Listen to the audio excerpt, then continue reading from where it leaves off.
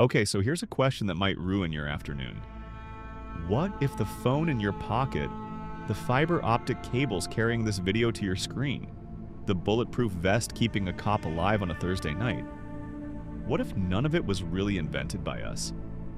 What if the biggest technological leaps of the last 80 years didn't come from human genius alone, but from something that fell out of the sky and slammed into the New Mexico desert in the summer of 1947?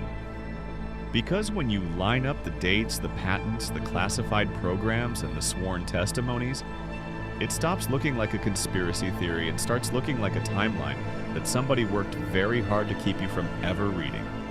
And today, we're going to read it together. Let's start with what we know for sure. In July 1947, something came down near Roswell, New Mexico. The Army Air Force initially announced, and I mean officially in a press release, that they had recovered a flying disc. Then, within hours, they changed the story. Weather balloon. Case closed. That retraction has echoed for nearly 8 decades, and it might be the single most suspicious correction in military history. But here's the thing. Forget the debate about what crashed. Forget the aliens or not argument for a second. Let's focus only on what happened next. Because that's where this story goes from weird to genuinely unsettling. 5 months after Roswell, December 23rd, 1947. At Bell Laboratories in Murray Hill, New Jersey, 3 researchers, William Shockley, John Bardeen, and Walter Brattain, demonstrate the world's first working transistor, a tiny device made of germanium that could replace an entire vacuum tube. Now, Bell Labs had been researching semiconductors before that, that's true. But the jump they made was staggering. We went from clunky glass tubes the size of your fist, hot, fragile, power-hungry, to a solid-state device that could do the same job in a fraction of the space using a fraction of the energy. The process required doping silicon with elements like boron and arsenic at a precision that, according to some researchers, Bell Labs simply didn't have the equipment for in 1946. 1 year, nothing close to a breakthrough. The next year, a revolution that would reshape the entire planet. And that revolution just happened to land 5 months after Roswell. Coincidence? Maybe. But hold that thought, because this is only the first domino. In 1997, a retired Army lieutenant colonel named Philip Corso published a book called The Day After Roswell. Now, Corso wasn't some guy with a tinfoil hat and a podcast. He had served on President Eisenhower's National Security Council. He was the former head of the Foreign Technology Desk at the Pentagon's Research and Development Division. His job, his actual documented military job, was to analyze technology captured from foreign powers. And in that book, he made a very specific claim that in the early 1960s, he was tasked with taking materials recovered from the Roswell crash and quietly seeding them into American industry. Not handing them over publicly, not holding a press conference, just slipping alien artifacts to the right engineers at the right corporations and letting them reverse engineer the materials into something humans could manufacture. According to Corso, that pipeline is exactly how we got integrated circuits, fiber optics, lasers, night vision, and super tenacity fibers. The stuff that would later become Kevlar. He described it as a calculated, deliberate transfer of non-human technology into the American industrial machine. Skeptics have hammered Corso's book, and some of that criticism is fair. There are factual errors, a few dates that don't line up, and Corso conveniently places himself at the center of an improbable number of 20th century events. But even his harshest critics acknowledge one thing. He was a real intelligence officer with verified credentials and genuine access. And the core of his claim, that reverse engineering of captured technology is standard military practice, is not remotely controversial. That part is just history. When a Soviet MiG-25 pilot defected to Japan in 1976, the Americans disassembled that entire jet bolt by bolt before returning it. When the Soviets captured an American B-29 during World War II, they copied it so precisely that the resulting plane, the Tupolev Tu-4, reportedly even replicated a patched bullet hole from the original airframe. Governments reverse engineer captured tech. That's what they do. It's in the manual. The only uncomfortable question is, what happens when the captured technology doesn't come from any country on Earth? And this is where the timeline starts to feel less like a list and more like a trail of breadcrumbs. Let's keep walking it. 1965, Stephanie Kwolek, a chemist at DuPont, creates what would become Kevlar while experimenting with lightweight synthetic fibers, a material 5 times stronger than steel on an equal weight basis. The official story is elegant. She noticed something unusual about a polymer solution, pushed to have it tested, and the result was revolutionary. Beautiful. But Corso specifically named super tenacity fibers as one of the materials seeded from Roswell debris. Fiber optics? Same pattern.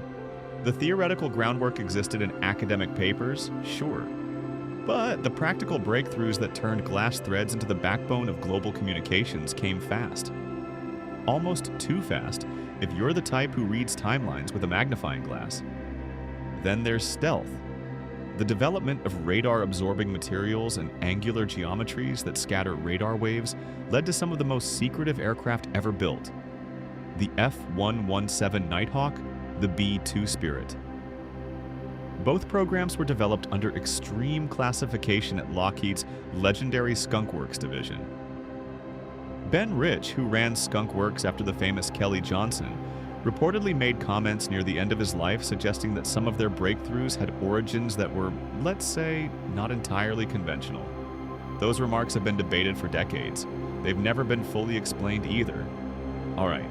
So far, we've got suspicious timing, a dead colonel's memoir, and some uncomfortable questions about how fast is too fast for a species to evolve its own technology. You could argue it's all just pattern recognition. Humans seeing connections where there are none. That's a fair objection. But then the government itself started filling in the blanks. In 2007, Senator Harry Reid, along with Senators Ted Stevens and Daniel Inouye, quietly tucked $22 million into the defense budget for something called AAWSAP, the Advanced Aerospace Weapons Systems Applications Program. Its mission, to investigate unidentified aerial phenomena and study technologies that appeared to break the known laws of physics. The contract went to Bigelow Aerospace Advanced Space Studies, a company run by a billionaire named Robert Bigelow, who had been privately funding UFO research for years. The program eventually became publicly known under a different label, AATIP, the Advanced Aerospace Threat Identification Program, and was managed inside the Pentagon by a counterintelligence officer named Luis Elizondo. When Elizondo resigned in 2017, he didn't go quietly. He went public, telling journalists that the evidence for anomalous craft was overwhelming and that key people in the Defense Department were actively refusing to engage with it. That same year, the U.S. Navy declassified infrared footage showing objects performing aerial maneuvers that no known human-built aircraft can replicate. Instant acceleration, no visible propulsion, transmedium movement from air to water. But hold on, because this changes everything.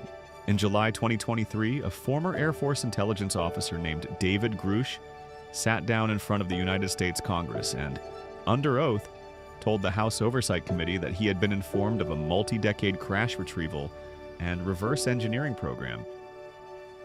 He said the U.S. government possessed craft of non-human origin.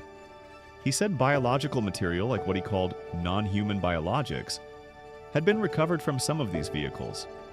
And he said that when he tried to access these programs through proper channels, he was denied, and then faced what he described as brutal, career-destroying retaliation. Now pause. This isn't a Reddit thread. This isn't a guy calling into a late-night radio show.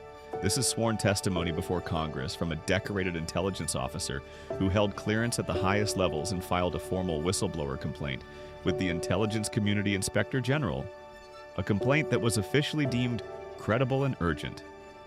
The Pentagon's own spokeswoman responded by saying that their office had not found evidence to substantiate the claims.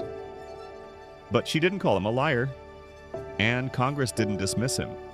In fact, Senate Majority Leader Chuck Schumer introduced a 64-page amendment to the National Defense Authorization Act, modeled after the JFK assassination records law, designed to force the government to release UAP-related records, So does all of this prove that the transistor in your laptop was born inside a flying saucer? No, not yet.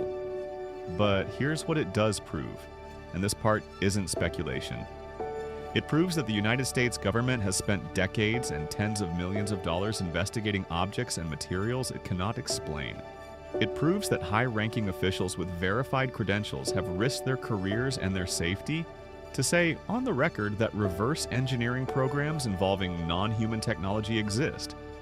And it proves that the timeline between Roswell and the most explosive century of technological progress in human history has gaps, dark, classified gaps that nobody has been able to fill with a satisfying answer. Here's the thing I keep coming back to. In the span of a single lifetime, we went from vacuum tubes to microprocessors, from propeller planes to stealth bombers. We developed materials that stop bullets, fibers that carry light through glass across oceans, coatings that make a bomber invisible to radar. The official story says human ingenuity did all of that alone. And maybe it did. Humans are brilliant. But if even a fraction of what Corso wrote, what Elizondo revealed, and what Grusch testified under oath is true, then the real story of the 20th century isn't just about our brilliance. It's about what we found in the desert, what we quietly copied in classified labs, and what we were never supposed to ask questions about. And maybe the most unsettling part of all, you might be holding a piece of that story in your hand right now and not even know it. So next time you unlock your phone or watch data travel at the speed of light through a glass thread thinner than a human hair, maybe ask yourself who really built this. If this made you rethink everything you thought you knew, subscribe, because we're just getting started.